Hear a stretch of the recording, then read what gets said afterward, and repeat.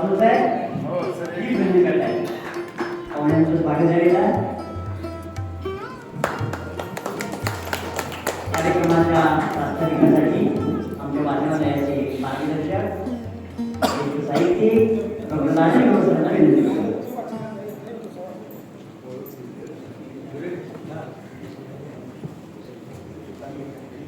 आबाजींच्या 8व्या पुण्यस्मरण दिनानिमित्त आपण सर्व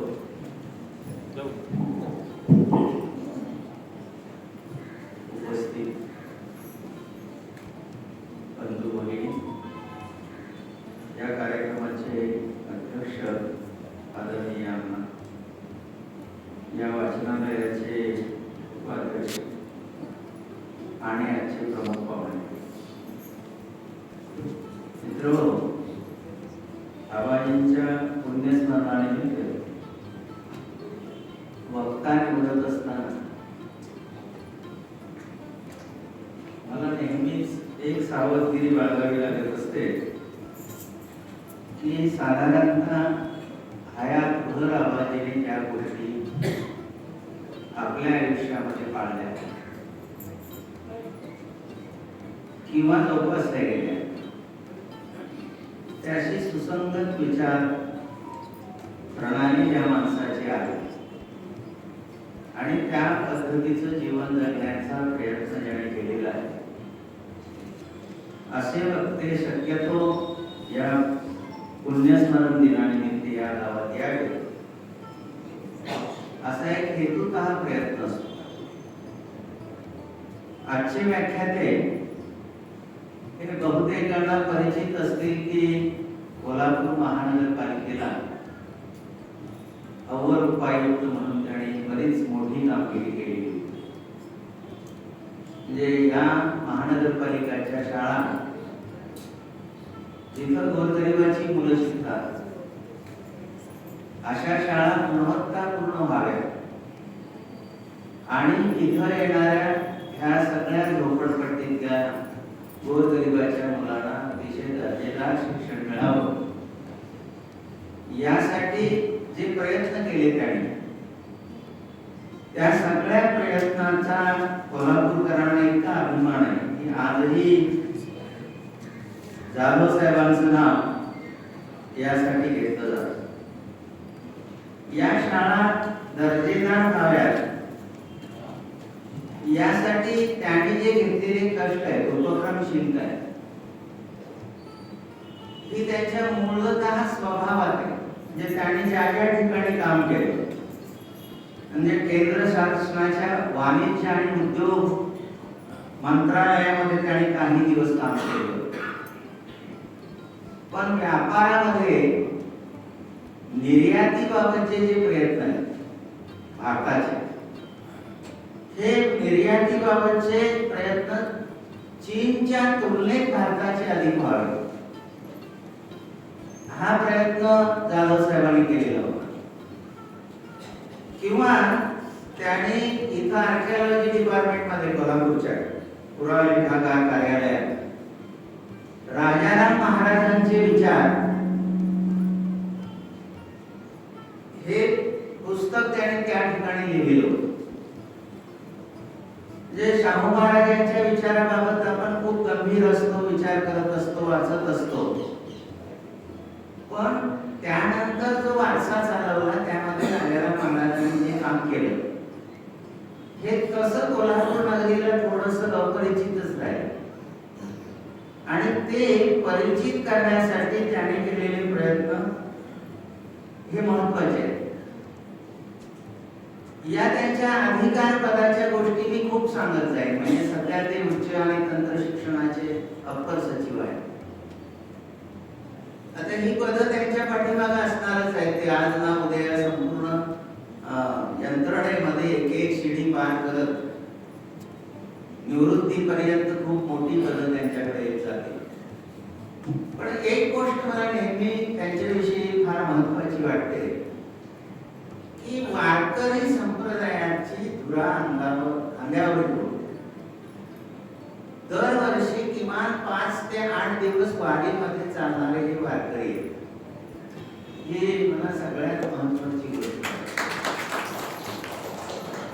अधिकाऱ्यांच्या मध्ये साधारणतः सचिव, अवर सचिव, अगदी कलेक्टर वगैरे ह्या सगळ्या मंडळींच्या मध्ये फिरत असताना मला जाणवलेली गोष्ट अशी की यातले बहुतेक लोक म्हणण्यापेक्षा सगळेच उच्च शिक्षित लोक ते बुवांच्या आणि बैठकींच्या नादाला लागतात.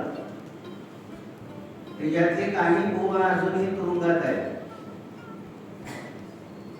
त्या मोठमोठ्या देवस्थानाच्या पाठीमागे असतात.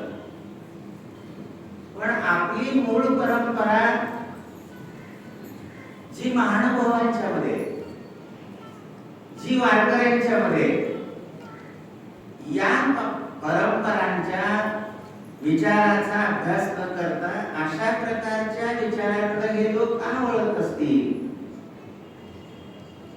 आणि हा विचार करताना लगेच असं लक्षात येतं की माणूस जास्त संपत्ती झाली की फार अस्वस्थ होतो. आणि मग थोडीफार देवाला लाच दिली तर आपलं भलं होईल. आणि मग अमुक देवा ठिकाणी 2-3 लाख रुपये टाकलं की पुण्य जमा झालं की इकडं खायला बरं रान भेटावं, ही जी धारणा असायची ती कदाचित आज प्रबळ झालेली असेल. पण जाधव साहेब दरवर्षी वारी करतात. वारी पाठीमागचं तत्वज्ञान काय आहे? हे अत्यंत चांगल्या अर्थी आध्यात्मिक माणूस आहे. आध्यात्मिक असणं यात सुद्धा 2 मार्ग आहेत. की एक मार्ग असा सांगतो की तुम्ही जीवन सन्मुख राहून अध्यात्म, भक्ती, प्रेम, देवाचं चिंतन करू शकता. आणि दुसरा मार्ग असा सांगतो की जीवन विन्मुख होऊन तुम्ही भक्ती करा. ते जीवन विन्मुख वाले जे असतात याचा पुढचं पर्यवसन हे शोषणाची थेअरी मांडणं किंवा शास्त्र तयार करणं. आणि शोषणाचं शास्त्र तयार करून या संपूर्ण समाजाच्या श्रद्धेचा किंवा अंधश्रद्धेचा कुठं ना कुठं आपल्याला फायदा कसा होतो यातून या वेगवेगळ्या बैठका, आजचे वेगवेगळे महाराज हे उदयाला आलेले असतात. आणि याचा मूळ स्रोत हा आर्थिक असतो. वारी असं नाही सांगत. वारी असं सांगते की कपल्लकाला सुद्धा पांडुरंग तितकाच महत्वाचा आणि ऐरावताला सुद्धा पांडुरंग तितकाच महत्वाचा. भारतीय राज्यघटनेनं मत हे मूल्य ही जी संकल्पना येते याचं मूळ शोधायचं झालं तर वारी. वारीत कोणीच मोठा नसतो, कोणीच छोटा नसतो. जो जो भेटे तो भगवंत असतो. आणि ही भगवंताची परंपरा आपल्या वारीनं महाराष्ट्राला दिलेली. या वारीचा एक वारकरी म्हणजे जाधव साहेब. आणि आयुष्यभर या सगळ्या धार्मिक चिंतनामध्ये, उपासनेमध्ये त्यांनी स्वतः आपल्याला गुंतवून ठेवले. आणि अशा माणसाचं चिंतन काय आहे हे पाहावं किंवा हे ऐकावं. याचं कारण आज सगळ्यात गरज कशाची असेल तर मूल्यांची आणि सभ्यतेची. म्हणजे राजकीय सभ्यतेविषयी आता बोलायचा विषय मिटलेला आहे.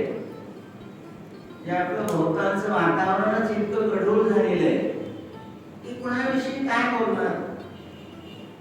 पण जे समोर आहे ते पाहत बसत असताना सुद्धा कोणत्या विचारानं हे सगळं माणसाच्या मनात पसरलेलं विष निर्मळ होऊ शकतं तर त्यात वारकरी संप्रदाय. आता वारकरी संप्रदायामध्ये सुद्धा असे लोक घुसलेले आहेत की ते सांगायला लागलेले आहेत की बटेंगे तो कटेंगे. विठ्ठलानं असं कधीही सांगितलेलं म्हणजे विठ्ठलाच्या वारकऱ्याला, विठ्ठल मी चुकून म्हटलं, वारकऱ्यानं असं कधीच सांगितलं. वारकरी असं म्हणतो जो जो भेटे भूत तू माणीचे भगवंत. सगळ्यांनी एकत्र गुण्या गोविंदानं राहणं ही कीर्तनाची परंपरा आता कोणीतरी ताब्यात घेऊ इच्छिते. आणि आताचा जो जनमानस आहे त्या जनमानसावर विठ्ठलाचं नाव घेऊन अमुक एक विचारसरणी श्रेष्ठ आणि अमुक एक धर्म कनिष्ठ अशा प्रकारचा काही एक रुजवण्याचा प्रयत्न झालेला असताना जाधव साहेबांच्या सारख्या वारकऱ्यांची गरज असते आणि त्यांचे विचार हे या ठिकाणी ऐकणं महत्वाचं असतं. हे सगळं आबाजींच्या एकूण जगण्याशी निगडीत आहे. म्हणजे माझं मी बोलताना एक संदर्भ सांगितलेला होता की पहिल्यांदा ज्यावेळी ते आमदार झाले आणि कोण लिहिणं आणि त्या सगळ्या वह्या या एक ठिकाणी ठेवून त्याचं देऊळ बांधणं किंवा निस्सीम भक्ती त्यांची मारुतीवर असते, हनुमानावर असतं आणि त्या सगळ्या किमान आपल्याबद्दलचा या आध्यात्मिक भाव आपल्या आयुष्यामध्ये जपण्याचं काम हे त्यांनी हयातभर केलं. हे करत असताना आपण अंधश्रद्धाळू होऊ असं वर्तन त्यांनी कधी केलं नाही. श्रद्धा जरुरी पण अंधश्रद्धा वर्ज्य या सूत्रानुसार आबाजी आपलं आयुष्य हयातभर जगत गेले आणि त्याने शेवटपर्यंत हा आपला विचार चालवला. त्या विचाराला सुसंगत असणारे वक्ते आज आपल्याला मिळालेले आहेत. या 8व्या स्मृती दिनानिमित्त मी आबाजींच्या स्मृतीला वंदन करतो आणि तेवढ्यावरच प्रास्ताविक आणि परिचय थांबवतो. धन्यवाद.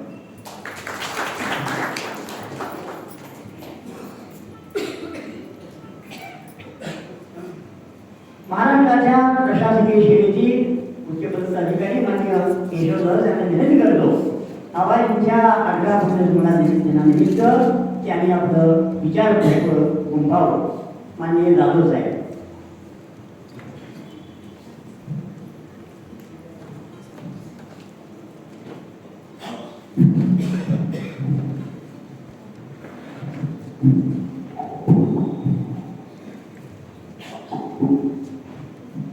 आभारी स्वर्गीय आनंदराव मोंडीबा देशवारी सर यांच्या या 8व्या पुण्यस्मरणानिमित्त गेली 7-8 वर्षाची जो हा सोहळा इथं आयोजित करण्यात येतो त्यामध्ये आजच्या या कार्यक्रमाचं आयोजन केलेलं आहे. त्या कार्यक्रमासाठी उपस्थित मंचावरील माननीय माजी आमदार भजननाथ देसाई सर, सुभाष देसाई साहेब, उपस्थित सगळे वाचनालयाचे पदाधिकारी, संयोजन समितीचे पदाधिकारी आणि साहित्यावरती, व्यासंगावरती, आबाजींच्या विचारावरती प्रेम करणारे गारगोटी आणि पंचकृषीचे आपण सगळे नागरिक. आजच्या कार्यक्रमासाठी मला बोलवण्याचं एक 10 दिवसापूर्वी गवसराचा फोन आला की असा आबाजीचा कार्यक्रम असतो. एक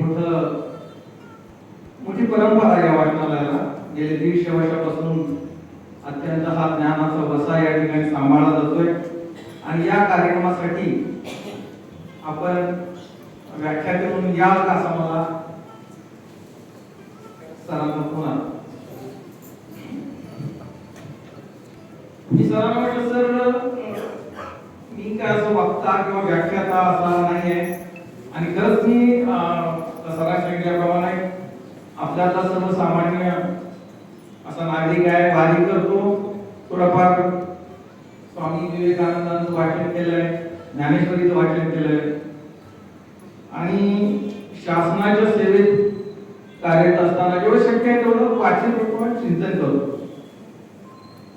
तर असं झालं मी कोल्हापूर महानगरपालिकेत अतिरिक्त आयुक्त म्हणून काम केलं आणि ते करत असताना तिथल्या काही अधिकाऱ्यांशी संपर्क आला आणि गेल्या वर्षी त्यांनी कोल्हापूर महापालिकेमार्फत 1983 पासून राजश्री शाहू लोक शिक्षण व्याख्यानमाला आयोजित करण्यात येतं. त्याच्यामध्ये त्यांनी मला बोलवलं, निमंत्रित केलं की तुम्ही व्याख्यान द्या. त्यावेळेला पण मी अगदी विनयपूर्वक सांगितलं की मी काय व्याख्याता वक्ता वगैरे नाही आहे. तरी सुद्धा त्यांनी अगदी आग्रह केला आणि पहिलं पुष्प गुंफण्याची त्यांनी मला विनंती केली. पहिलं पुष्प यासाठी की 16 जानेवारी पासून 16 डिसेंबर पासून आमचं नागपूरला अधिवेशन सुरू होणार होतं. मी सांगितलं की मला 16 तारीख दिली तर बरं होईल, कारण मला नागपूरला अधिवेशनाला जायचं असतं आणि ते मान्य केलं. व्याख्यानाला पहिलं पुष्प गुंफायचं ती जबाबदारी आली होती. विचारलं अधिकाऱ्यांना तुला की विषय कुठला घ्यायचा, तर ते म्हणजे सध्याची सामाजिक परिस्थिती सगळं दादा जे पाजलंय, सगळं महाभारत सुरू आहे, तर बोला. मी पॉज झालो, थोडं स्तब्ध झालो. महाभारत आणि अराजक असे काहीतरी आपली संकल्पना होऊन बसलेली आहे. सगळ्यांनी विचार केला म्हणजे ठीक आहे, आपण या विषयावर बोलू. महाभारत काल, आज आणि उद्या असा विषय आपण घेऊ. आणि हे पहिलं पुष्प गुंफण्याची संधी मिळाली. त्या ठिकाणी माझं स्पीच दिलं. देत असताना हा विषय थोडासा रुक्ष आहे, थोडासा कठीण वाटावासा आहे. त्यामुळं श्रोत्या तिथं उपस्थितांना त्याचं कितपत पचन होईल अशी थोडीशी साशक होतो. आणि गंमत अशी की महाभारत मी जे अभ्यासलं किंवा मला जे कळत गेलं ते मी मांडत गेलो.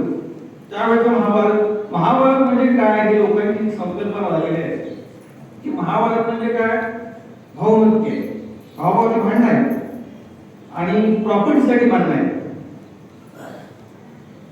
मी जेव्हा ठाण्याला राहत होतो त्यावेळेला माझ्या मित्राची चालू बसायची माझ्याशी गप्पा मारत. माझ्या घरामध्ये मी जुनी गोष्ट आहे 2005-06 ची माझ्या घरामध्ये मी ते महाभारताचं पोस्टर लावलं होतं.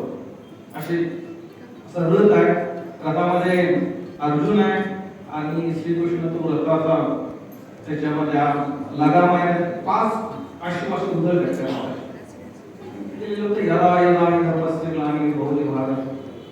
मला ते आवडलं होतं. त्या पोस्टरच्या मागचं जे रिडिंग आहे ते असं सांगत होतं की 5 जे अश्व आहेत ते 5 अश्व म्हणजे आपले इंद्रिय आहेत. आपली इंद्रिय 5 इंद्रिय असतात. त्या इंद्रियाला लगाम जो आहे ते लगाम म्हणजे आपलं मन आहे. आणि हा लगाम खेचणारा जो सारथी आहे त्या ठिकाणी श्रीकृष्ण होते. हा म्हणजे आपली बुद्धी आहे. आणि रथामध्ये जो स्वामी आहे तो अर्जुन म्हणजे आपण स्वतः, आपला आत्मा आहे, आपल्यामधलं आत्मतत्व आहे. समजा समजा त्या सारथ्याचं जर कंट्रोल नाही राहिलं, नियंत्रण नाही राहिलं लगामावरती, तर लगामाची नियंत्रण आपल्या त्या 5 अश्वावर राहणार नाही आणि अश्व उधळायला लागते. आणि अश्व जर उधळले तर मात्र त्या रथाचं जिथं डेस्टिनेशन आहे ज्या ठिकाणी सीताला जायचं त्या ठिकाणी रथ पोहोचणार नाही. तो कुठेतरी वाटेत कुठेतरी ऍक्सिडेंट होईल, तो त्याचं घात होऊन जाईल. अशा पद्धतीचं ते पोस्टर होतं. ते आजोबा मला म्हणाले की हे पोस्टर तुम्ही लावू नका. हे पोस्टर लावले घरात वादी सुरू होतं, भांडण सुरू होतं. आम्ही असे अनुभव लोक आहेत. मी ठीक आहे म्हटलं आणि मी ते पोस्टर घेतलं, आतल्या खोलीच्या ब्लॉकमध्ये ठेवून दिलं. त्यानंतर मी 2 दिवस विचार करत होतो खरंच असं काय, या पोस्टरमुळे अशी काय भांडणं वगैरे होतात का. नंतर मी पोस्टर लावल्यापासूनचा काळ विचारात घेतला, अशी काय परिस्थिती नव्हती. पण पोस्टर काढून ठेवल्यामुळे काय विशेष फरक पडतो का बघितलं, काही फरक पडला नाही. परत पोस्टर लावलं आणि त्या घटनेनंतर मात्र मला असं जाणीव वाटायला लागलं की महाभारताचं खरंच त्याच्या अंतर्गत काय ते शोधायला जावं. आणि मग हळूहळू महाभारताचा अभ्यास सुरू केला. त्याच्या आधी माझे आजोबा माझ्या आईचे वडील तर ज्ञानेश्वरी वाचायचे, स्वरूपानंदांची अभंग ज्ञानेश्वरी, आणि अतिशय सुरेख आणि गोड त्याच्यात म्हणायचे माझ्या कानावर एकदम ऐकत बसत. पण तयापाशी मांडवा मित्र तिला दिवसावा जे नाव गोष्ट बरवा तरी की मला फार गंमत वाटायची. आजोबा मला सांगायचे असं आहे तसं आहे. हळूहळू ज्ञानेश्वरीच्या आणि माऊलींच्या त्या सगळ्या वाङ्मयामध्ये मला त्याच वेळेला रुची निर्माण झाली होती, आणि त्याचा भाग महाभारताच्या इतक्या ह्याच्यात गेलो होतो आणि फक्त ज्ञानेश्वरी आणि त्याच्यामागचं भगवद्गीता तिथपर्यंत सीमित होतो. आता मात्र हळूहळू खरंच महाभारत म्हणजे काय एक चौकस बुद्धी म्हणून सुरू केलं. आणि आता योग असा आला की महापालिकेत मला त्या विषयावर बोलावं. तोपर्यंत माझी अशी कन्सेप्ट होती, महाभारत ज्यावेळेला घडलं त्यापासून महाभारत हे सातत्यानं सुरू आहे. महाभारत हे दुसरं काय नसून आपलं जीवन कल आणि जीवनाचा एक रोड मॅप असा आहे, पथदर्शी असं ते पुस्तक आहे. त्याचं प्रत्येक प्रसंग म्हणा किंवा महाभारताची रचना जशी आहे की ती आपल्याला आज आणि अनंत काळपर्यंत चालू राहणार असं वाटतं, अशी ती रचना आहे. ते मला सांगावं लागलं. मग महाभारत हे काय आहे हे जेव्हा आपण विचार करत जातो त्यावेळेला आपल्याला माहिती आहे की रामायण आणि महाभारत या दोन गोष्टी आपल्या या भारतवर्षामध्ये फार मोठ्या आहेत.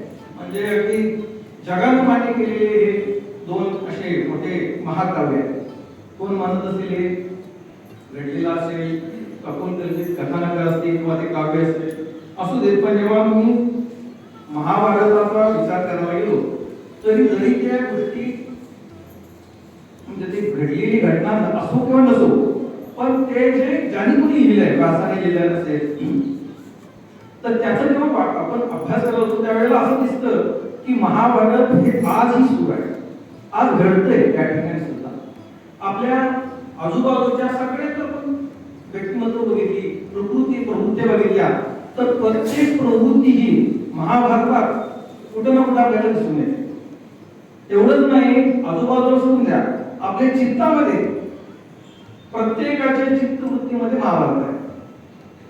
जर अभ्यास करायला गेलो दुर्योधन आहे, दुःशासन आहे, विकर्ण आहे, युधिष्ठिर आहे, अगदी कर्ण आहे, अगदी धृतराष्ट्र सुद्धा आहे, विदुर आहे, भीष्माचार्य, हे सगळ्या प्रवृत्ती आहेत.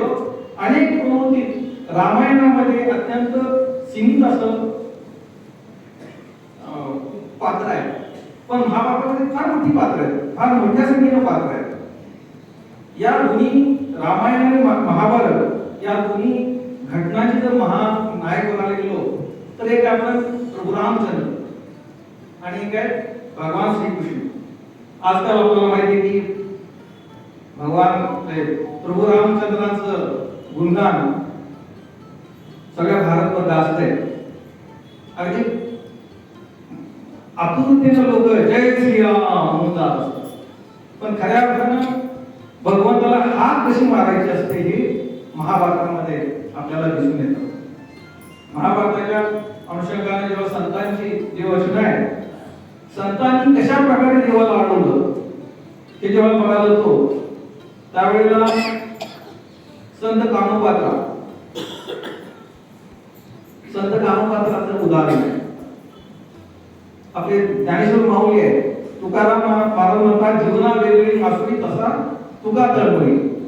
इतपत जेव्हा तुमच्याकडं भगवंताविषयी प्रेम जागृत होतं त्यावेळेला स्वतः भगवंत येतात. आज मात्र आपण जय श्रीराम म्हणून भगवंताच्या जात असतो. प्रभू रामचंद्र रामायणाचे महानायक आणि भगवान श्रीकृष्ण हे महाभारताचे महानायक. हे दोन्ही महानायक जरी असले एकूण 10 अवतार घेतले म्हणतात विष्णूंनी, 9 अवतार घेतले, एक अवतार व्हायचा आहे. त्या 9 अवतारामध्ये भगवान श्रीराम आणि श्रीकृष्ण हे आपले अत्यंत एक आयकॉनिक असे आपले दैवत आहे. पण या दोन्ही दैवतांचं गंमत जर बघायला गेलं तर प्रभू रामचंद्र कसे होते, त्यांचा जन्म शुक्ल पक्षात झाला. आपण चैत्र शुक्ल नवमीला रामनवमी साजरी करतो आणि ती दुपारी 12 वाजता होतो. श्रीकृष्णाचा जन्म कृष्ण पक्षात आहे. श्रावण कृष्ण अष्टमीला मध्यरात्री आपण साजरी करतो. प्रभू रामचंद्र कसे होते? एक पत्नी एक बायको. श्रीकृष्ण कसे होते?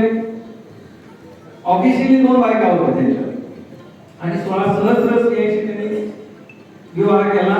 त्याचं कारण वेगळं होतं, त्यांना मुक्ती देण्यासाठी. परत नाना काळात त्यांचे अंगी होते. प्रभू रामचंद्र हे मर्यादा पुरुषोत्तम होते, पण श्रीकृष्णांचा सगळ्या प्रकारचे गुण होते, गुण होते. अशा या प्रभू रामचंद्राचा जन्म राजमहाराज झाला, श्रीकृष्णाचा जन्म बंदीखान्यात झाला. दोन्ही अगदी विरुद्ध टोकाची व्यक्तिमत्व, तरी सुद्धा आपल्याला दोन्ही या व्यक्तिमत्वाबद्दल अत्यंत आपण आदर आहे, प्रेम आहे. अशा या श्रीकृष्णाचा जो महानायकाच्या एका मोठ्या काव्याचा म्हणा किंवा प्रसंगाचा त्याचं हे महाभारत आहे. महाभारत म्हणजे नेमकं काय? जेव्हा आपण हे बघायला जातो त्यावेळेस महाभारताच्या स्वर्गारोहणामध्ये एक श्लोक आहे. त्याच्यामध्ये असं म्हटलं गेलंय, धर्मेच अर्थेच कामेच मोक्षंच भरतर्षभ यदि हस्ती तदन्यत्र यन्य हस्ती न तत्पचिता. म्हणजे धर्म, अर्थ, काम आणि मोक्ष या 4 गोष्टी बद्दल महाभारतात जे काय सांगितले ते इतर कुठेही सापडणार नाही, किंवा त्या गोष्टीसाठी सगळं जे काय ते महाभारतात सांगितलेलं आहे. आपल्या भारत संस्कृतीमध्ये 4 प्रकारचे पुरुषार्थ सांगितलेले आहेत: धर्म, अर्थ, काम आणि मोक्ष.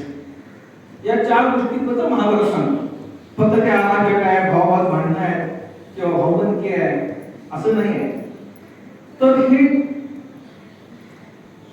प्रत्येक धर्म, अर्थ, काम आणि मोक्ष या गोष्टी मध्ये धर्म जो आहे, धर्म म्हणजे आजकाल धर्म, हिंदू धर्म, इस्लाम धर्म, बौद्ध धर्म, जैन धर्म, ह्या ज्या संकल्पना आहेत त्या आपल्या या वेदांना अभिप्रेत असलेली संकल्पना नाही आहे.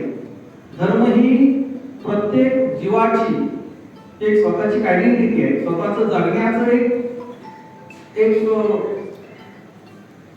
मार्ग आहे, तो म्हणजे धर्म आहे.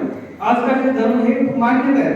एखादा समूह एकत्र येतो, त्याला वाटतं की असं करायला पाहिजे, ही आपली तत्व असायला पाहिजे, त्याप्रमाणे तो त्यांचा एक पंथ असतो, त्याला धर्म म्हणता येणार नाही. आणि मग या पंथांच्या मध्ये कारण त्या पंथामध्ये कॉन्ट्रडिक्शन नाही आहे. या हिंदू मान्यतेमध्ये ह्या 5 गोष्टी धर्माच्या आहेत. त्या आहेत कुठल्या?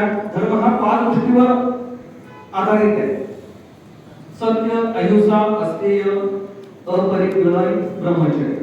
या 5 गोष्टी ज्या आहेत, त्या 5 गोष्टी तुम्ही जर इस्लाम जैन धर्मात बघायला गेला तर दशदर्शन जे आहे त्यामध्ये हीच 5 गोष्टी आहेत. बौद्ध धर्माने बुद्धाने सांगितलेल्या 25 तत्व ही 5 गोष्टीवर अवलंबून आहेत. सगळी जी धर्म आहे जगातले हे या 5 गोष्टीच्या शिवाय बाहेर नाही, आणि ही या 5 गोष्टीवर आधारित हा असा धर्म आहे. मग हे 5 गोष्टी आपल्याला कशा पाळून करता येतील? धर्माचं पालन करायचं असेल तर या 5 गोष्टींचं पालन करायला पाहिजे असं भगवद्गीतेमध्ये भगवंतांनी सांगितलंय, आणि माऊलींनी त्याचं इलॅबोरेट करत असताना ज्ञानेश्वरीमध्ये पण सांगितलं. मग या 5 तत्वांचं जेव्हा आपल्याला पालन करायचं असेल, सत्य, अहिंसा, अस्तेय, अपरिग्रह आणि ब्रह्मचर्य, या 5 गोष्टी मध्ये सत्य जर बघायला गेला आपण तर सत्यासारखा धर्म नाही असं म्हटलं जातं. आणि सत्याचं पालन करत असताना अनेक प्रकारच्या आपल्याला या दैनंदिन जीवनामध्ये अनेक प्रकारच्या अडचणी निर्माण होत असतात. मग सत्याचं पालन करणारा महाभारताचं व्यक्तिमत्व कोण आहे? तर धर्मराज. धर्मराज युधिष्ठिर हे सत्याचरणी होते, तर सगळ्या प्रकारचा धर्म त्यांनी पाळला गेला, पण सत्यवचनी म्हणून त्यांचं एक ख्याती आहे. आपण जीवनात सत्याचं आचरण करण्याचा नेहमी प्रयत्न करायला पाहिजे. धर्माचं पालन करायचं असेल तर करत पण असतो. प्रत्येक जीव हा त्याचा स्वाभाविक गुण आहे की आपल्या खऱ्या स्वरूपापर्यंत जायचं आहे. कुणीही असं त्या भगवंताच्या स्वरूपाच्या वेगळा नाही. त्याच्यामध्ये तो एक फ्रिंज मिळत असते सायन्समध्ये, पातळ असा पडदा आहे. तो पडदा फक्त आपल्याला त्या आपल्या सर्वापासून बाजूला ठेवत असतो. म्हणजेच हे सत्य हे परमेश्वराचं स्वरूप आहे असं अनेक संतांनी सांगितलंय, महाभारतात सांगितलंय. सत्याचं आचरण केलं तर आपण धर्माचं आचरण करत असतो. अहिंसा परमधर्म म्हणतात. अहिंसा म्हणजे कोणाची हिंसा करायची नाही, असं प्लेन अर्थ आहे. हत्या करायची नाही. पण माऊलीने याच्या पुढे जाऊन सांगितले की अहिंसा याचा अर्थ काया वचा मने हिंसा नाही करायची. कोणाला तरी खून केला, मर्डर केला की हिंसा झाली, असं सर्वसाधारण एक निगेटिव्ह आहे, फेक निगेटिव्ह. आता फेक निगेटिव्ह हा शब्द अगदी प्रचलित आहे. पण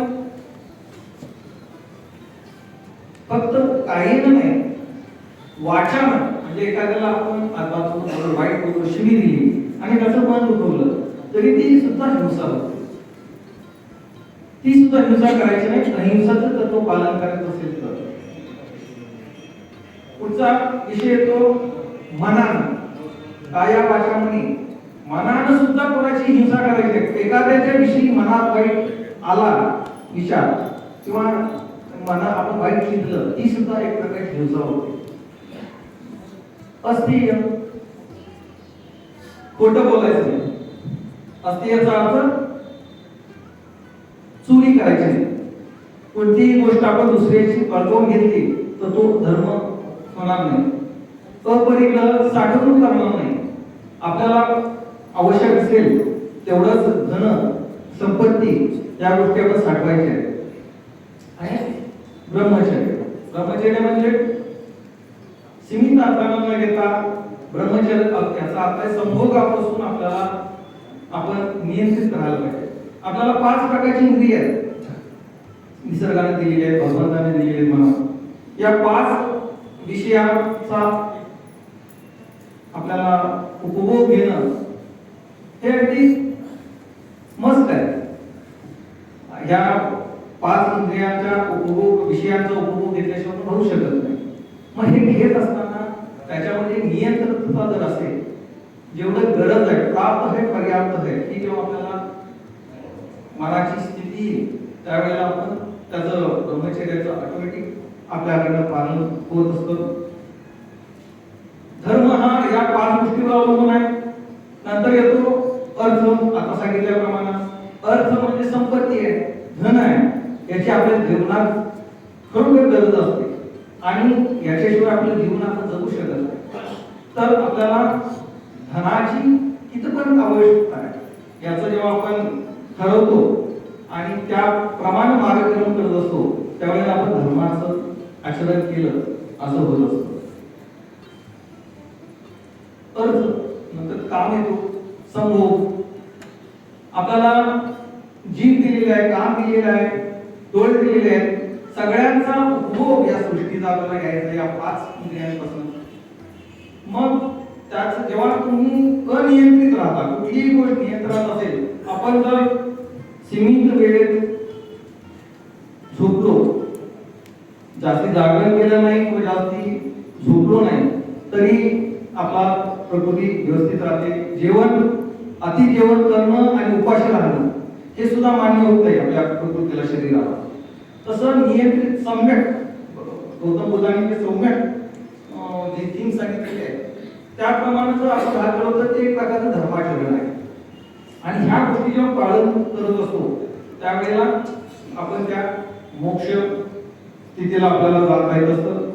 मोक्षाची स्थिती म्हणजे आपण सर्वसामान्य अशी समज असते की एकदा मरून गेलं की आपण मोक्षाला पोहोचलो.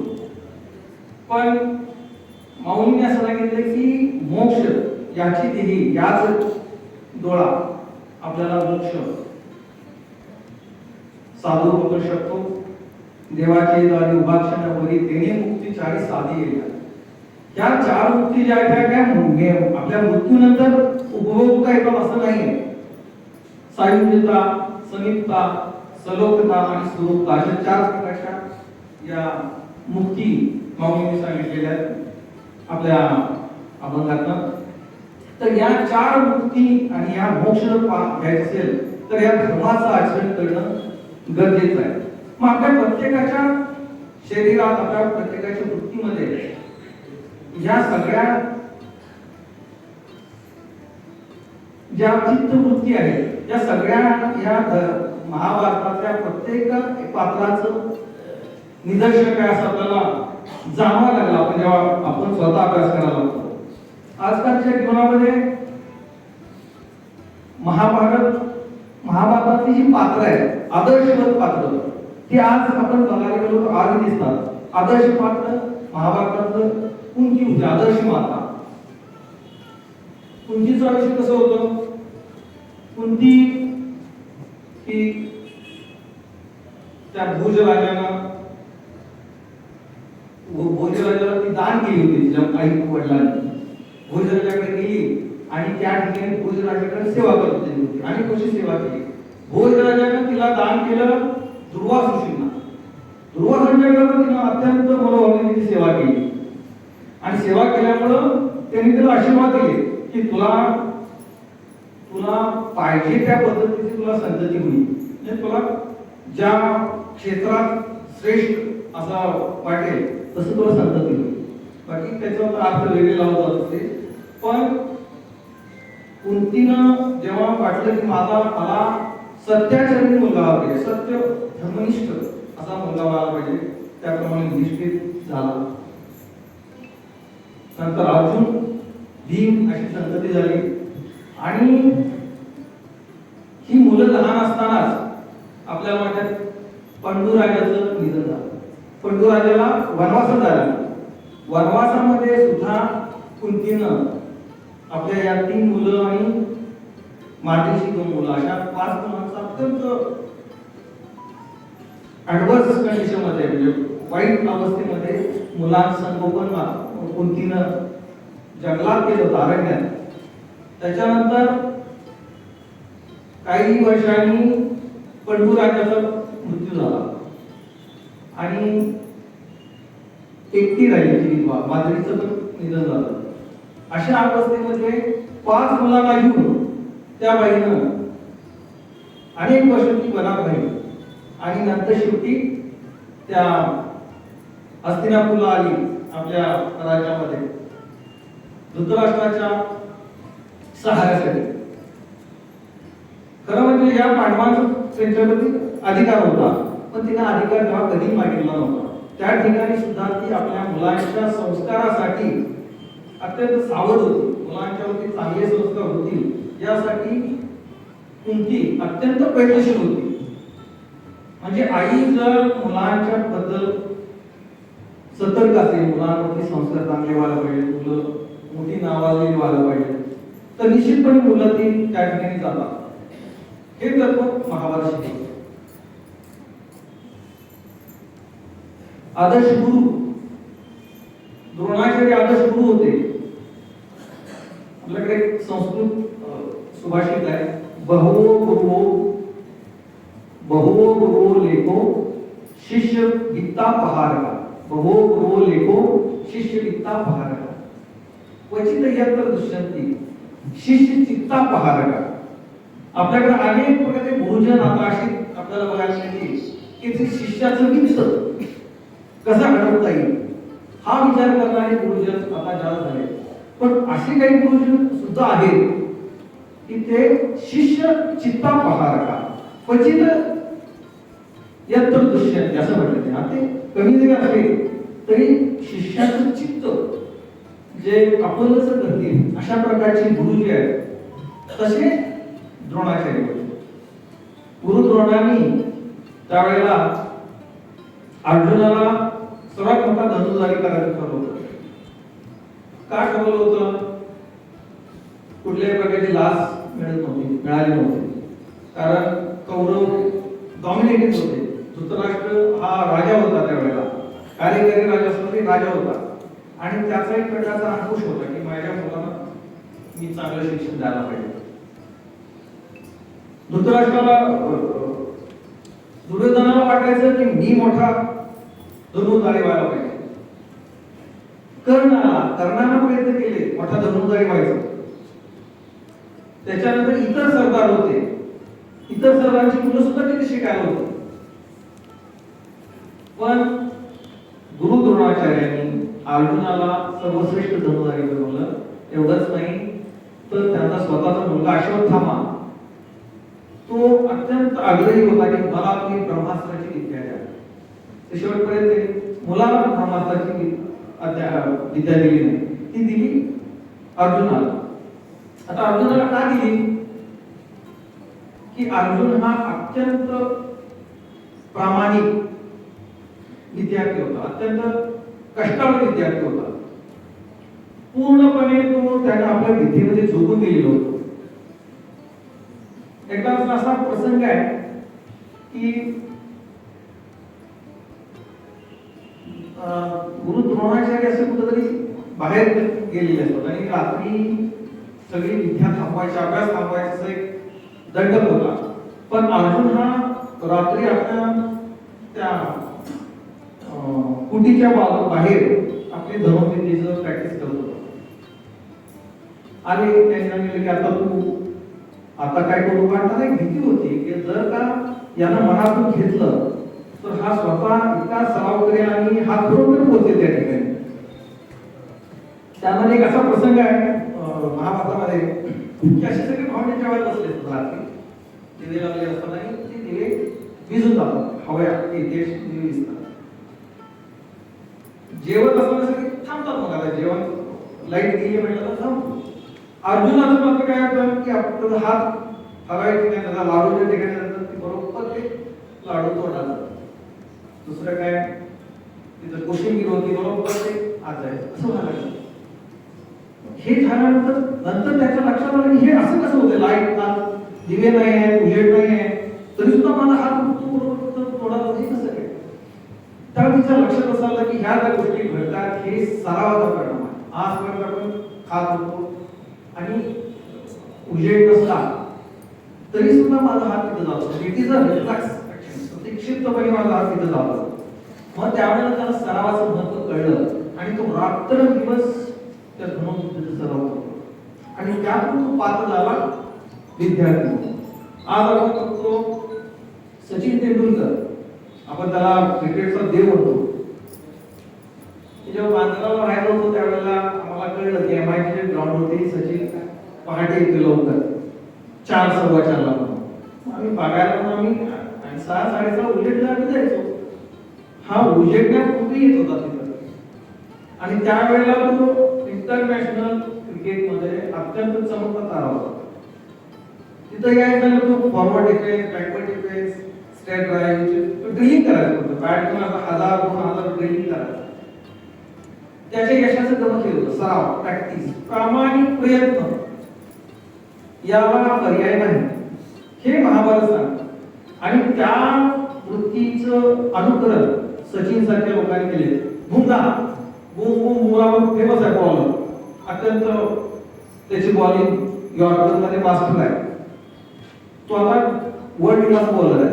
तेव्हा त्याचं आर्टिकल आलं होतं त्याच्या घरचं. तेव्हा अत्यंत गरीब परिस्थितीत वडील लवकरच गेले. आईला वाटायचं की पोरगी चांगला काय शिकू दे, नोकरी करू दे. आईचं वाट होता, सांगायचे खेळमान करायचा, अभ्यास करायचा. हा मुलगा रात्री आई झोपली की बॉल घ्यायचा, त्याला कळलं तो रात्री 2-2:30 पर्यंत दगड फेकत बसायचा भिंतीवर. आई उठली का तिच्या लक्षात आला आवाज, म्हणजे काय करू बा, म्हणजे मला असं क्रिकेट खेळायचं. रडली ती बिचारी, म्हटली अभ्यास सांभाळून कर. आणि तो मुलगा आज जगातला सर्वोत्कृष्ट यॉर्कर बॉलर म्हणून प्रसिद्ध झाला. डी गुकेश नावाचा 18 वर्षाचा मुलगा आहे. आता त्याला वर्ल्ड बुद्धिबळामध्ये चॅम्पियनशिप मिळवली.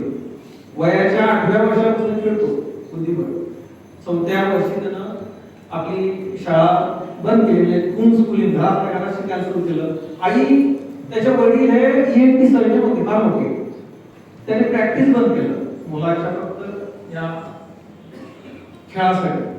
आई पण एका चांगल्या कंपनीमध्ये नोकरी करत होती आणि ह्या मुलाचं आणि पतीचं ह्या याच्यासाठी तिनं आपलं घर सांभाळत ते केलं. म्हणजे डेडिकेशन जर असेल तर निश्चितपणे तुम्हाला यशाला व्यवस्थित आणता येते. तुम्ही मनापासून किती करता हे महाभारत शिकवत असतं. त्याच्यानंतर विदुर आहे. महाभारतात एक वैशिष्ट्य असं आहे की हे जे सायन्स मध्ये जी तत्व आहेत वाचत गेलो आपण ते आपल्याला असं करावं लागतं की जे शोध आता अलीकडे लागले ते महाभारत त्यावेळेला ऑलरेडी लागू केलेले. विदुर गीतेमध्ये धृतराष्ट्राला सांगत होता की हे जे चाललंय ना पोरांना तुझ्या हे बरोबर नाही, थांबव आताच. जे फार वाईट परिणाम होते. हा जो अन्याय चाललाय कौरव पांडवांच्या वरती त्याचं जर रिकॉर्ड होऊन आलं तर ते तेवढ्याच गतीनं उलट येईल आणि त्यावेळेला तू सर्वनाश होऊ शकतो. इतकं हे वाईट अन्याय होतोय.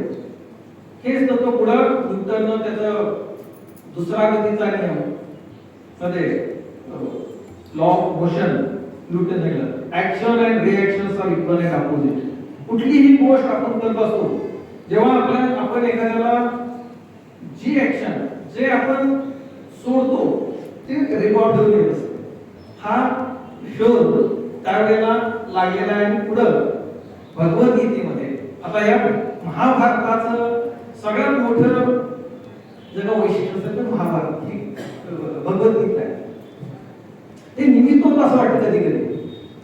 महाभारत हे भगवंतांना हे आपला अमृत कलश देण्यासाठी निमित्त होतं काय असं वाटायला लागलं. काही सगळे भोजपुरी तिथे भेटणं त्या ठिकाणी भगवंती अर्जुनाला सांगणं. भगवद्गीता सगळ्यांनी वाचायला पाहिजे. त्याचं रसपान करणं फार गरजेचं आहे. भगवद्गीता ही एका आंधळ्या माणसाला जन्माला सांगितली. कुणी? संजयाने. संजय हा धृतराष्ट्राचा सेवक होता. धृतराष्ट्र हस्तिनापूरचा सम्राट होता. तिथं काय चाललंय कौरव पांडवांच्या युद्धामध्ये याचं ते रनिंग कॉमेंट्री त्यावेळेला तुम्ही मला काय झाले सांग. आता गंमत अशी आहे की भगवद्गीतेचा जो पहिला श्लोक आहे तो आहे धृतराष्ट्राचा. धृतराष्ट्र वाचन धर्मक्षेत्रे कुरुक्षेत्रे समवेता सोला मामका पांडवश्चैव किम कुर्वत संजय. संजय तिथं काय चाललंय धर्म त्या कुरुक्षेत्रावरती पांडवांसंग आपलं राज सैनिक समोर युद्ध होणार आहे. धृतराष्ट्र हा फार ज्ञानी माणूस होता. जरी जन्माला असला तरी फार उच्च दर्जाचं त्याला ज्ञान होतं. पण त्याला पुत्र प्रेमाचा प्रमाण झाला होता. माया आढळली होती त्याला. तो कधीच या मायेतून मुक्त होऊ शकला असता. पण पुत्र प्रेमाचा प्रमाण झाला. ती माया आढळली आली आणि तो त्याची गाडी विसरली. म्हणजे त्याच्यात लगाम आणि सारथी जो आहे त्या चित्राचा तो त्या ठिकाणी त्याचा ढळला. आणि माझ्या मुलानं हस्तिनापूरचं सम्राट व्हावं या उद्देशानं त्यानं ते युद्ध लादलं होतं. आणि हळूहळू काय व्हायचं त्याला वाटायचं माझं मुलं त्याला माहिती होतं की आपलं धर्म आपल्या बरोबर नाही, आपण धर्माच्या बाजूने नाही, आपण अधर्माचं श्रीकृष्णानं अनेक वेळा सांगितलं होतं तू अधर्मानं वागतोय. आणि अधर्म हा नेहमी हरतो धर्माचा सत्तेचा ध्येय होत असतो. त्याला वाटत होतं हरणार आहे तरी सुद्धा असं काय चाललंय होते काय संजय जरा काय चाललं सांग. पहिला श्लोक त्याचा हा आहे. आणि त्यानंतर मग संजय तिथली सगळी वृत्तांत देत असतो. म्हणजे त्यावेळी टी होता तिथं बसून तो तिथं काय चाललंय हे बघून त्याला सांगत होता. आगळ्या माणसाला रेडिओ म्हणा पाहिजे. कॉमेंट्री रनिंग कॉमेंट्री होती. मग ते पांडवांचं आणि आपलं एकत्र आलं, त्याच्यामध्ये युद्ध सुरू होणार आहे आता. मग पांडवांच्याकडे किती सेना आहे, तर पांडवांच्याकडे 7 अक्षौहिणी सेना आहे. मग पांडवांनी आता काय केलंय, ते शल्य म्हणून महाराज होते, त्यांच्याकडे 4 अक्षौहिणी सैन्य होतं. शल्य मध्य देशाचे सम्राट. मग ते माद्रीचे भाऊ म्हणजे त्यांचे पांडवांचे मामा. मग त्यांनी नकुल सहदेवाला सांगितले, जा मामाला तू घेऊन ये आमच्या बाजूला. जर ते आपल्याकडे आले तर आपल्या 11 अक्षौहिणी सैन्य होईल, पांडवांचं कौरवांचं 7 अक्षौहिणी आपण जिंकू. पण त्याच्यामध्ये अत्यंत बुद्धिमान एक प्राणी होता, प्रत्येकाला आपल्या चित्तात आहे, शकुनी. शकुनी नावाचं पात्र प्रत्येकामध्ये आजही आपल्याला ते जाणवतं. शकुनीनं सल्ला दिला की तू आज जाऊन शल्य जेव्हा येतील ना तेव्हा तुम्ही जा आणि आम्हीच पांडवांना सांगतो, काय बिघडतंय. एकदा त्यांची शपथ झाली, बेल भंडाराने हात मारला की मग ते कुठं जात नाही. आणि ते शल्य राजे येत असताना हे गेले कौरव बेल पांडव, या या मामाशी या, चला आपल्या इकडं काय कुठं आहेत माझे ते भाचे नकुल सहदेव दिसत नाही, त्यांनी जरा गेले ते केलं, चला आमच्या बरोबर लढा. मग त्यांनी ते बेल भंडाराचा नंबर गेम एवढी यादी झाल्याशिवाय मुवमेंट बनत नाही, तसं ते त्यांना घेतलं. म्हणजे आजकाल खोके जर आहे त्या प्रमाणात तो प्रकार होता त्या ठिकाणी. त्यांना सांगून कुठं नाटक सांगून आपल्या बाजूला घेतलं आणि शल्याला कौरवांच्या बाजूने लढा लागला. शल्याची सेना झाल्यामुळे कौरव 11 अक्षौहिणी झाले आणि पांडव हे 7 अक्षौहिणी, कमी होत सैन्य. पण श्रीकृष्ण असल्यामुळं आणि धर्माच्या बाजूने असल्यामुळे त्यांना विश्वास होता की आपण जिंकणार आहोत. तर धृतराष्ट्रानं विचारलं, धृतराष्ट्राला संजय सांगत होता जो श्रीकृष्ण अर्जुनाला सांगतो. तर हे सगळं सांगत असताना अर्जुनाचा रथ आला. अर्जुन म्हणाला सगळं मला दाखव कोणाशी लढायचं आपल्याला. या बाजूला कौरव होते की आपली पांडवांची सेना बघ कशी यंत्रणा आपली लावलेली आहे, व्यूहरचना. इकडे बघायला गेलं तर त्याला दिसले कोण, द्रोणाचार्य, गुरु भीष्माचार्य, कृपाचार्य आणि सगळे मामा भाऊ हे भाऊ होते सगळे. हे बघून तो गणित दाखवून गेला. त्याला एक प्रमाण झाला, आपण आपल्याशी लढायचं. आता मी युधिष्ठिर गुरु द्रोणाचार्याला मारायचं, भीष्माचार्याला मारायचं आणि काय मिळणार आहे मला, हस्तिनापूरचं सम्राटपद मिळणार आहे. पण इतक्या लोकांना मारून माझ्या आपताना मारून. आणि तो मग गलित गाठायला लागला. आपलं गांडीव धनुष्य खाली ठेवलं आणि म्हटलं सुद्धा मी काय लागणार नाही बाबा, म्हणजे एखाद्या सांगून तुझे सांगते ते मला पटत आहे, हा धर्म नाही. आपल्या लोकांना मारून कधी धर्म होतोय का. आणि मग त्याला अर्जुन विषाद येऊ म्हटले. विषाद म्हणजे आपण कधी कधी खिन्न होऊन जातो, मला नको वाटायचं ते, मला आयुष्य नको, जीवन नको झालंय. आणि आपण कुठेतरी जाऊन बसतो एखाद्या शांत डोंगरावरती, मंगळ्याच्या डोंगरावर बसलो की शांत होतो आणि परत येतो. श्रीकृष्णानं ओळखलं होतं की मला विषाद झाला. आणि मग त्याने एक गोष्टी सांगायला सुरू केल्या. सांख्ययोग सांगितला, कर्मयोग सांगितला. कर्मयोग सांगताना काय सांगितलं, कर्मसिद्धांत सांगितला.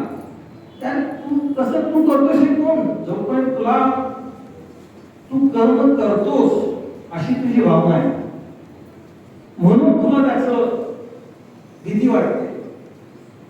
त्याच्या आधी सांगितलं श्रीकृष्णाने बरोबर, कर्म केलं की त्याचं फळ तयार होतं, त्या फळाचं मग संचित तयार होतं आणि संचिताचं मग प्रारंभ तयार होतं. कर्मसिद्धांत.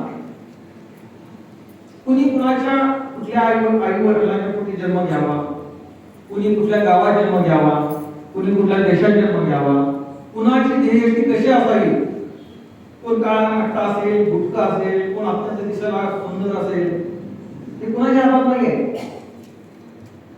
कुणी मागून येत नाही मला रूप दे म्हणून, किंवा मला भिकारी भिकारी आई वडिलांच्या पोटी जन्म दे म्हणून, किंवा मला राजा आणि मोठमोठ्या उद्योगपतींच्या घरी जन्म दे असं कधी आपल्याला कोणाला वाटत नाही. पण हा सगळा कर्म सिद्धांताचा प्रकार आहे, प्रारंभ.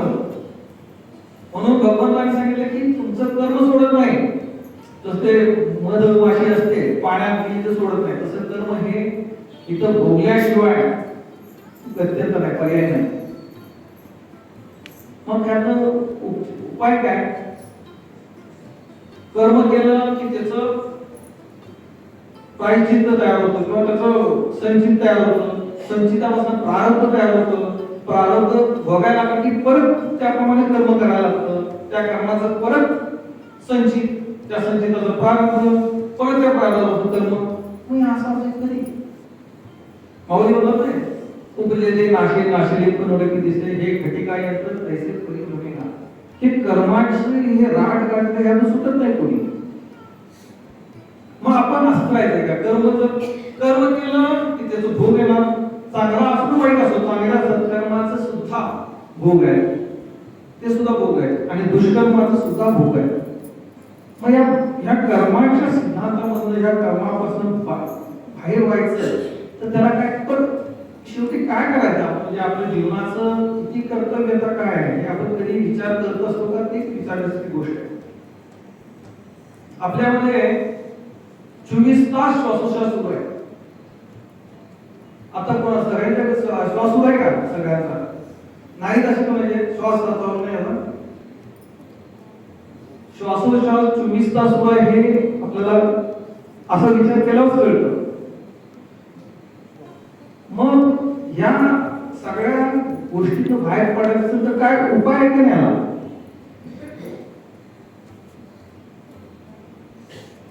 मग त्यांनी श्रीकृष्णाला पुढे कर्म संन्यासाला सांगितलं की तुला कर्म करत असताना मी कर्म करतोय ही जोपर्यंत तुझी भावना आहे तोपर्यंत तू तुझ्या कर्माला आणि कर्माच्या फळाला बद्ध आहेस.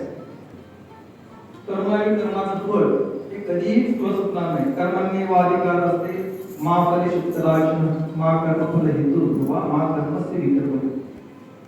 मग कर्म जर मी करतोय ही जेव्हा तुमची भावना होते त्यावेळेला त्या कर्माचं फळ ते तुम्हाला चिकटून राहत असतं आणि मग ते संचित राहत जातं. जोपर्यंत ते संचित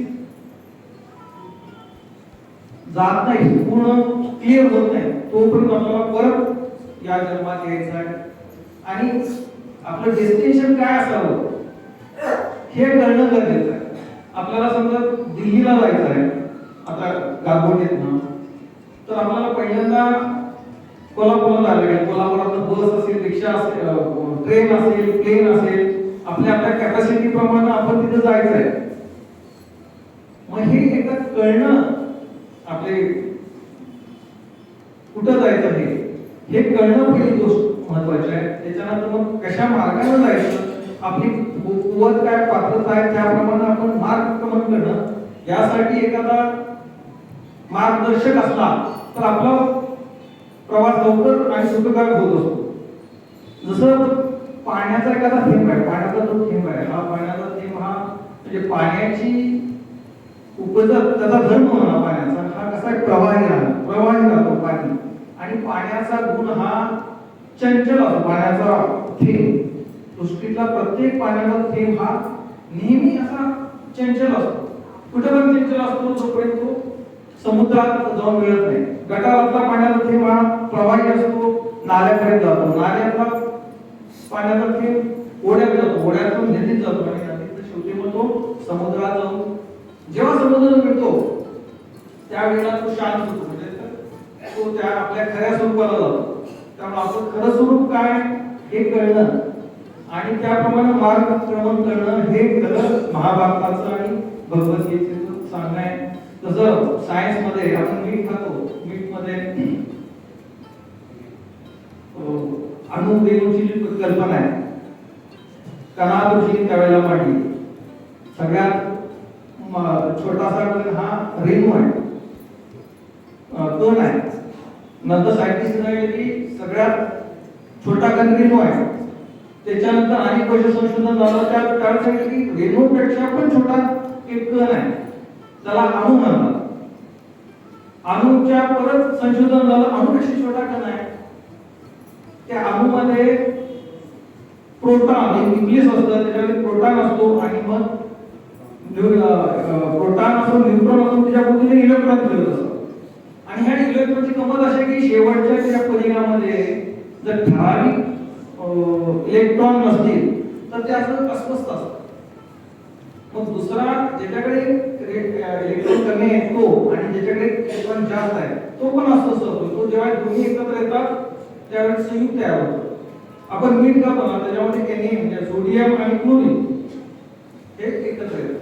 तसं आपल्याला आपलं जे आतलं तत्व आहे ते तत्व आणि परब्रह्माचं जे खरं तत्व आहे याची सांगड आपल्याला लोक अस्वस्थ राहणार आहे. आपले जीवनमान घडत राहणार आहे. माऊली आणि संतांच्या वचनाच्या प्रमाणे आपण जात आहे तोपर्यंत आपल्याला तिथपर्यंत जाता येणार नाही. एकदा ते संयुग एकत्र झालं की जीव आणि शिवाची जेव्हा गाठ भेट होते त्यावेळेला तो हा म्हणजे जीव आणि त्या तत्वाला जातो. मग आपले अनेक सत्पुरुष त्या ठिकाणी गेलेले आहेत. स्वामी विवेकानंदांनी एकदा विचारलं होतं त्यांना,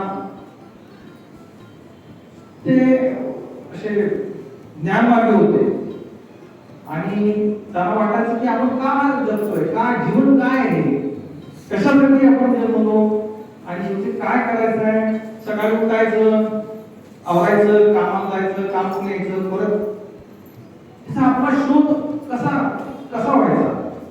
मग ते शोधत गेले. देवेंद्रनाथ टागोरांच्याकडे गेले. त्यांनी विचारलं की महाराज हे काय आहे, खरंच देव आहे काय तुम्हाला काय वाटतंय. म्हणजे देव आहे. त्यांनी तुम्ही पाहिलाय का. ते म्हणे देव आहे हे नक्की आहे आणि तू अभ्यास करत राहा. त्यांना समाधानकारक उत्तर मिळालं नाही. केशवचंद्र सेनाच्याकडे गेले. त्यांना विचारलं, ब्राह्मण समाजाचं फार मोठं काम करत होते तेव्हा. त्यांना विचारलं तुम्ही देव आहे का. हो आहे, देव आहे. ते म्हणे तुम्ही पाहिलाय का. तर ते म्हणले तुझे डोळे योग्यासारखे दिसत आहेत, तू योग कर. त्यांना उत्तर नाही मिळालं. अस्वस्थ होते, शोधत होते मला नेमकं का जन्माला आलो आणि काय करायचं आहे, मला कुठं जायचं आहे, याची किती कर्तव्य काय जीवनाची. उपजे ते नाचे नासे नाशले पुनरकिसे हे घटी काय तसे परिभ्रमे का असं असेल तर मग काय मायेच्या राग लागतात. शेवटी मग ते त्यांना कळलं की त्या दक्षिणेश्वरी एक पुजारी आहे, त्या पुजाऱ्याकडं चांगला माणूस वाटतो, जाऊन ये. ते गेले. काय समाधान होते, बरेच लोक सरांनी सांगितल्याप्रमाणे गंडे वगैरे घ्यायला अनेक क्षेत्रातील लोक यायचे बुवाबाबांच्याकडे. तसं ते आले.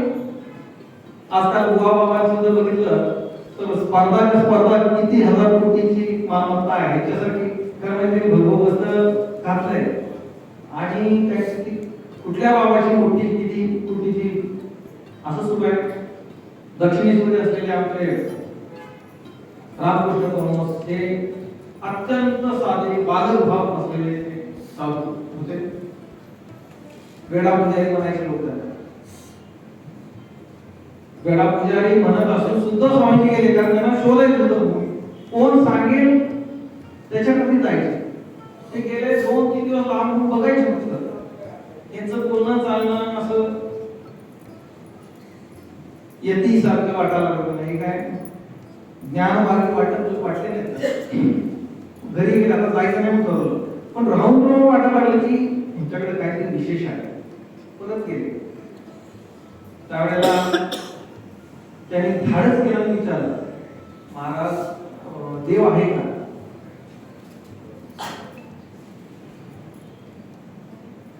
ठाकूर म्हणाले देव आहे. हो आहे. बरोबर हे झालं. पहिलं उत्तर सगळेच द्यायचे. तुम्ही पाहिलाय का. हो जसा तुला पाहतो तसं मी बघतो म्हणजे माझ्या आईला रोज बघतो. गडबड येईल मला बघता येईल, जरूर बघता येईल. म्हणजे मी सांगेल तसं केला तर तुला पण बघता येईल. फार खुश झाले ते आणि बाहेर आले म्हटले का गडबड आहे, याला वेळा म्हणजे म्हणतात म्हणजे काहीतरी केमिकल लोचा असं वाटलं.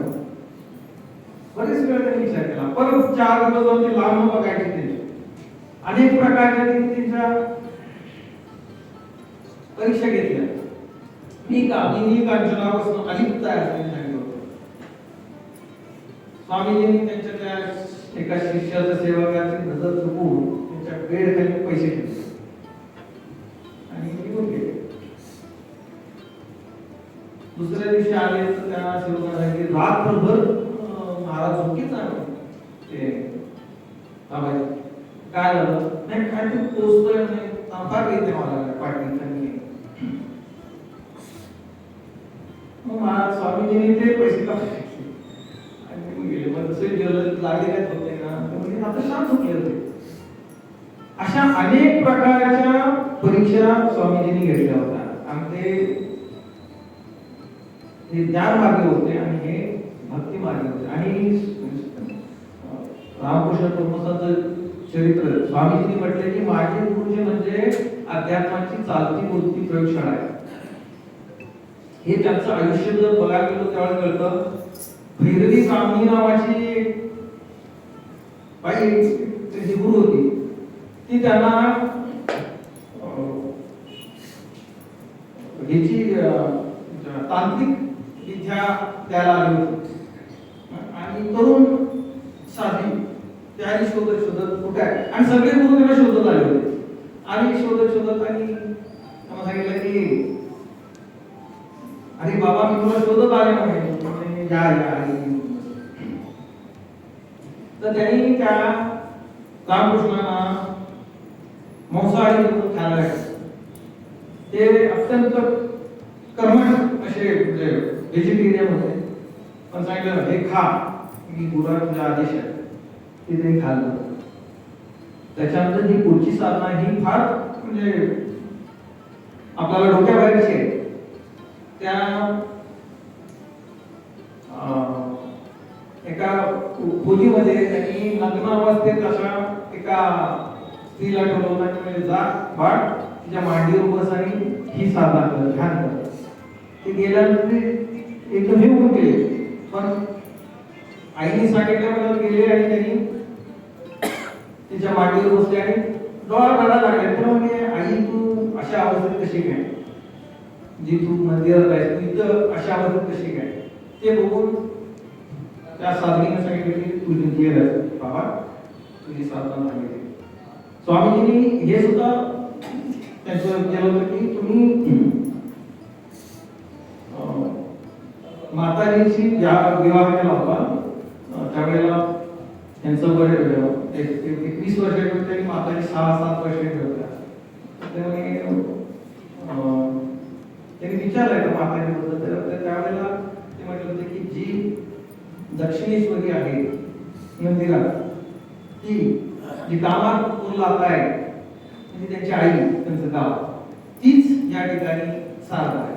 इतका त्यांचा भाव आपल्या त्या पत्नीबद्दलचा होता. त्या सगळ्या गोष्टींचा विचार करून स्वामीजींनी शिष्यत्व पत्करलं होतं आणि ठरवलं होतं की आपल्याला काय करायचं ते ह्यांच्याकडे मिळेल आणि सगळं त्यांना त्या ठिकाणी मिळालं. तसं आपल्याला काय करायचं आहे आपण कोण आहोत आपल्याला कुठं जायचं आहे याची जोपर्यंत आपल्याला कळत नाही आपल्या सगळ्या संतांचं चरित्र आपल्या समोर आहे आणि किती आत्मीयतेनं आपल्याला बोलवायला पाहिजे भगवंताला. फक्त जायचं आमच्याकडे गरज ते काम झाला ते असं लहान देवाचे प्रत्येक मंदिर ते रस्त्याच्या बरोबर मध्ये उभं राहायचे आणि मोठे सरकार अर्धवट चप्पल काढायचे पूर्ण पण काढायचे आणि ते किमान 4-5 मिनिटं फक्त असे करायचे आणि तेवढं कोण आला असल्यानं आपल्याला हॉल मारला असे बघायचे की काय देवाला सांगू काय माझ्या आवडीचं अशा नजरेत बघायचे. म्हणजे साधना कशी पाहिजे ह्याचं पण एक खरं गरज आहे. साधना म्हणजे काय करायचं आपल्याला कुठं साधना म्हणजे फार आपण जाऊन जपमाळा घेऊन करणं असं अपेक्षित नाही आहे. आपण कोण आहोत याचा जेव्हा शोध करायला पाहिजे. आता शोध करणे काय आहे एक माऊलीचं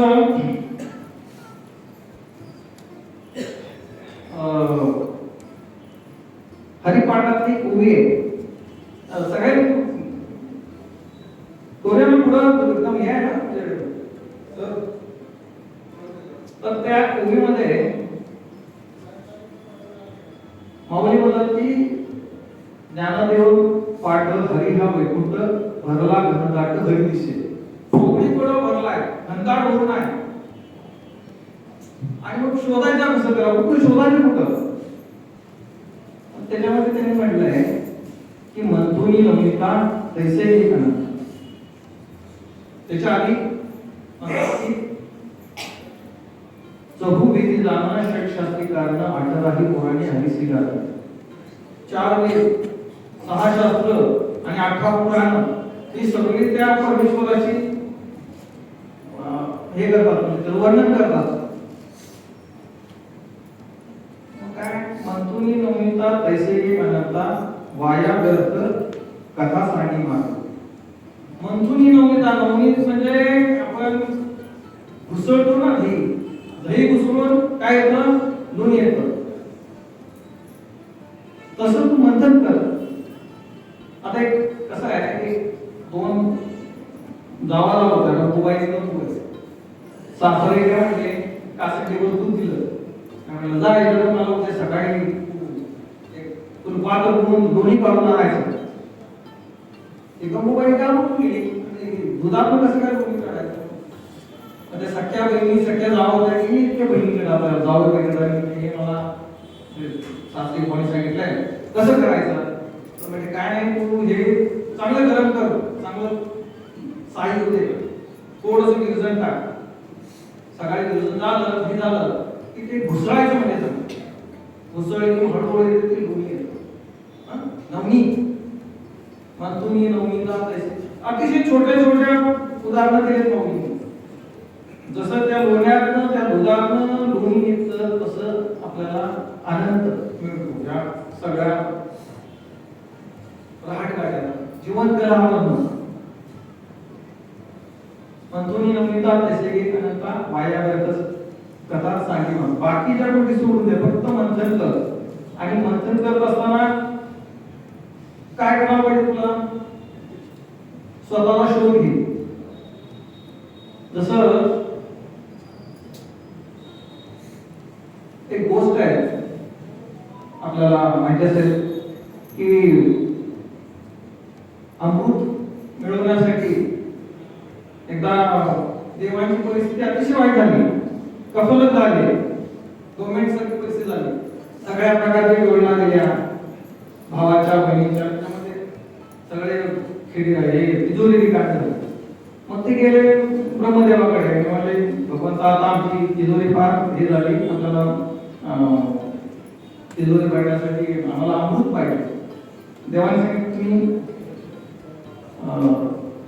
मंथन करा अमृताचं मंथन करा अमृताला ढवळा म्हणजे तुम्हाला समुद्राला ढवळा म्हणजे तुम्हाला अमृत मिळेल तुम्ही हे कसं काय शक्य आहे देवा त्यात काय म्हणाले तुम्ही मेरू पर्वत घ्या तिची नदी करा तो वासुकी नावाचा साप प्रकार म्हणताय त्याला घ्या तिची दोरी करा म्हणजे आणि ढवळा तुम्हाला मिळेल देव म्हणजे आम्ही एका बाजूला दुसऱ्या बाजूला नको म्हणजे असुराला राक्षसाला नको ते इथे म्हणले ठरवा तुमचं ऍग्रीमेंट करा गेलं मग त्याला कोणाला एक डोमेट मामाच्या गेले चला आमच्याकडे या तुम्ही आपण तुम्हाला पण काही गोष्टी मिळतील तुम्ही काय मिळणार आहे अमृत मिळणार आहे आणि बऱ्याच गोष्टी मिळणार आहे सगळं तयार झालं ते ढवळायला सुरू केलं एका बाजूला राक्षस होते एका बाजूला देव आणि बोलत असताना मग त्यातनं एक रत्न घ्यायला पहिलं रत्न आलं ते विष हलाल विष आता मग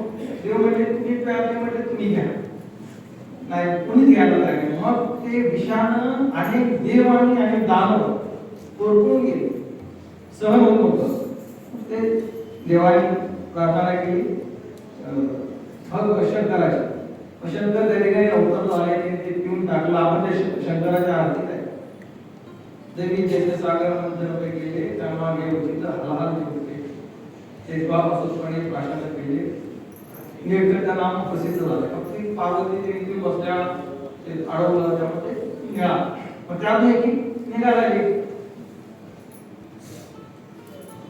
ऐरावती निघाला रत्न ते इंद्राने घेतलं, कौस्तुभमणी निघाला पांडुरंगाने घेतलं, 5वं रत्न निघालं मदिरा.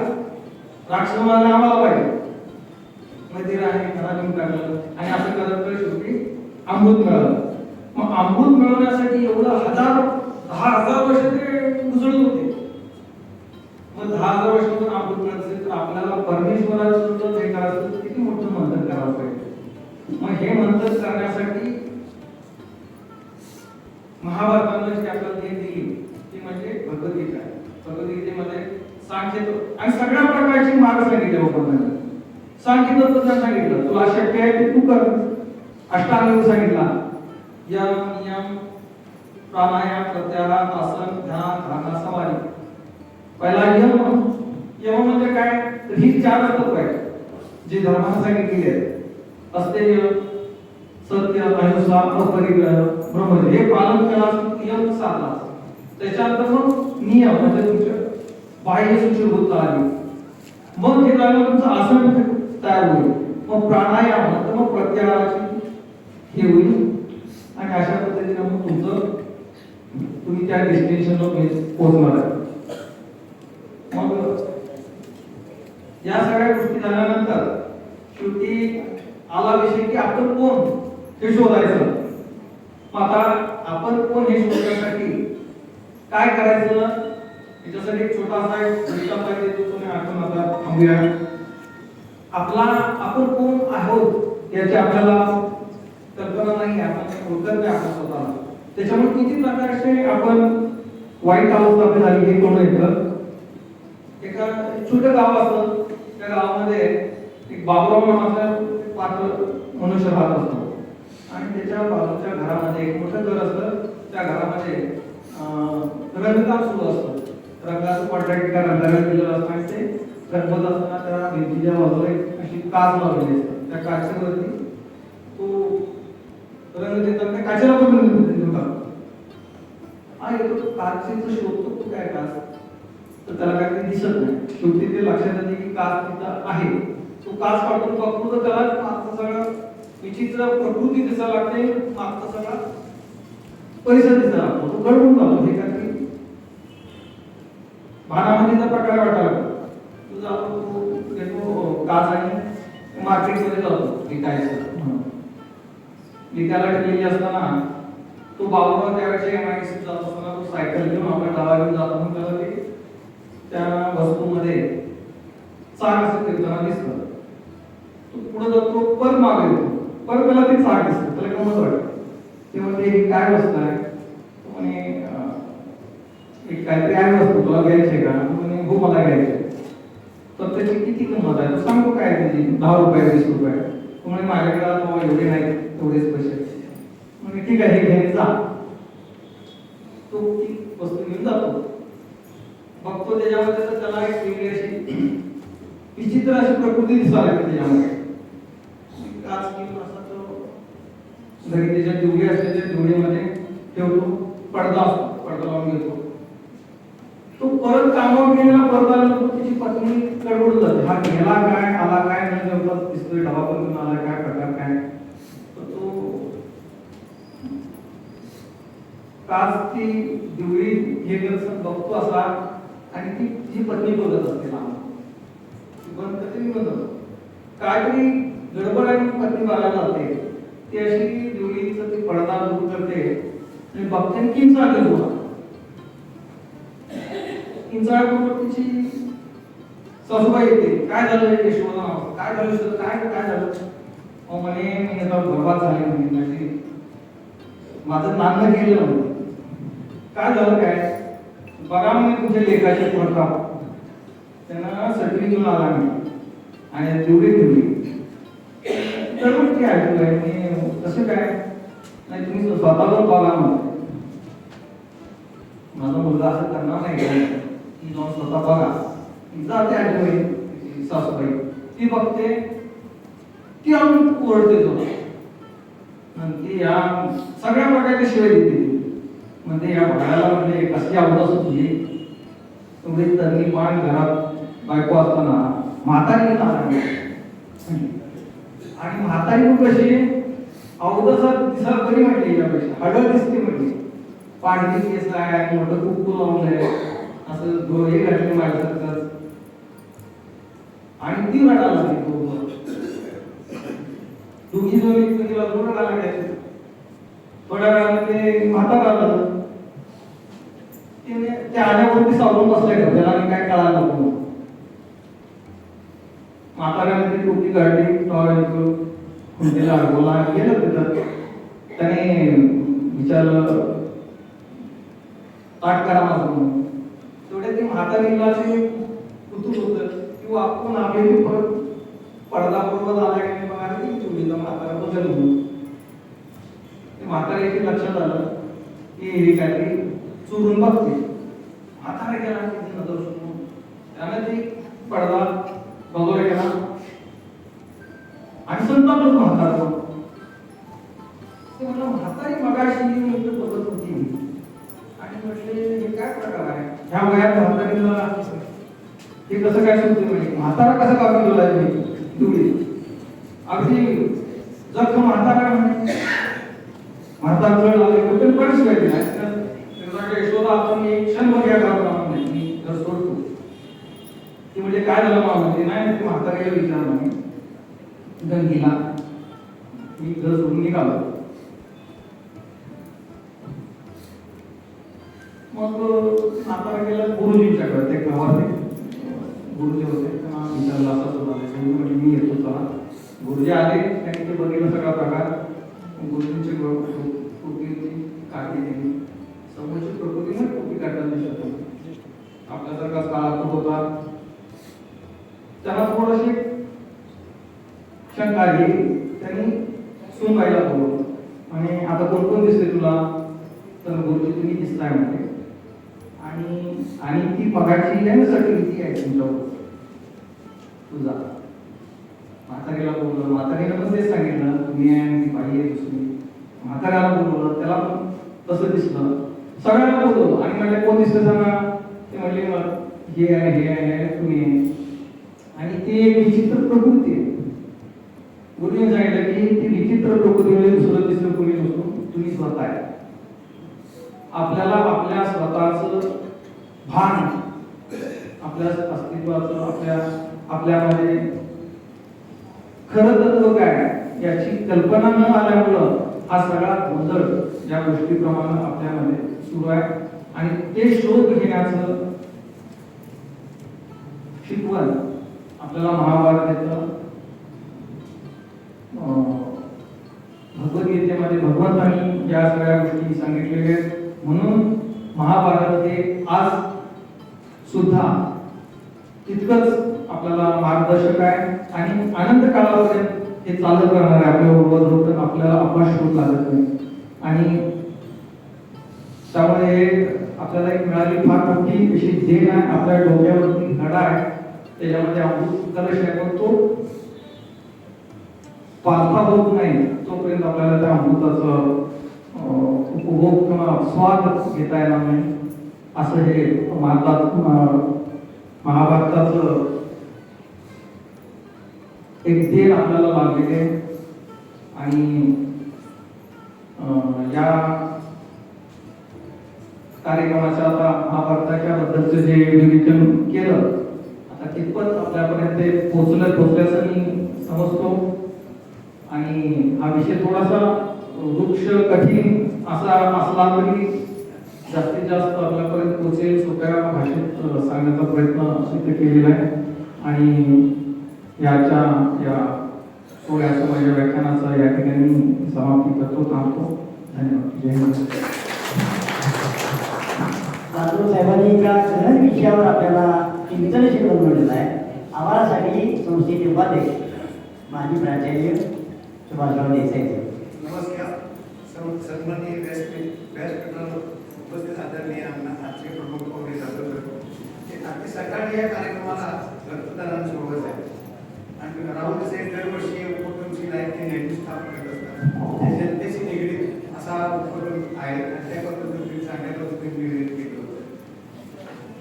अनेक मान्यवर या ठिकाणी उपस्थित आहेत. सन्माननीय KP पाटील चेअरमन सहकारी साखर कारखान्याचे सगळी मुलगा नातवंड सगळे 3 पिढी सगळे इथे उपस्थित आहेत. त्यामुळे हा कार्यक्रम अतिशय चांगला मग जयंतीशी निगडीत म्हणजे रक्तदानाचा कार्यक्रम म्हणजे अतिशय महत्वाचा जे दरवर्षी राहून सैनिक घेतात आणि सुरुवात झाली चांगल्या पद्धतीने प्रतिसाद चांगला मिळाला. बरेचसे रक्तदाते आणि त्या रक्तदात्याचे सुद्धा मी आभार मानतो या ठिकाणी. अतिशय जीवनाशी निगडीत असा हा प्रश्न आहे किंवा पुन्हा मी जास्त न बोलता अतिशय चांगलं आपल्याला माहिती आहे माननीय पंतप्रधानांनी मराठीला अभियान दर्जा दिला आहे. आपल्याला माहिती आहे आपण बघता की प्रत्येकाने किमान आपल्या घरामध्ये 5 पुस्तक तरी असावे असं मला वाटतंय. पण काय वाटत नाही निदान वर्तमानपत्र किंवा इंग्रजी मी माझ्या मुलाला एक इंग्रजीचा पेपर आणण्यास सांगितला इंग्रजीचा पेपर तो कशाला आणतात पैसे जास्त पडतात म्हणजे काय ना काही घरामध्ये वाचन संस्कृती वाटली लहान मुलं आणि करायला मिळते असं थोडंच आहे किंवा ही वाचन संस्कृती वाटलं प्रत्येकाने एक आपला छंद जोपासवा आहे. 10 पुस्तक ते प्रत्येकाने घालतात माझ्या घरात साहेब आहे की पुस्तक तरी मी म्हणला मानसिक शिक काय असे पुढे नाही म्हणून वाचून संस्कृती वाढवले आहेत. प्रत्येकाने हा छंद जोपासला पाहिजे मुलांना आणि म्हणून आपण सर्वांनी हा कार्यक्रम चांगल्या पद्धतीने शोभा त्याबद्दल माझे एक साहेब आहेत त्या सर्वांचे पत्रकार या पद्धतीने त्यांना असे उपक्रम पार पडतो सर अतिशय चांगल्या पद्धतीने आपण रामायण महाभारत चांगल्या पद्धतीने आपण सेवा हे कोणाला काही फारसं समजत नाही पण अतिशय चांगल्या पद्धतीने आपण मांडतो त्यामुळे संस्थेच्या वतीने मी तुमचे आभार मानतो आणि आपण सर्व उपस्थितांचे आभार मानतो एवढंच या ठिकाणी समाजाच्या 18 कार्यक्रमात सहभागी झाला. धन्यवाद.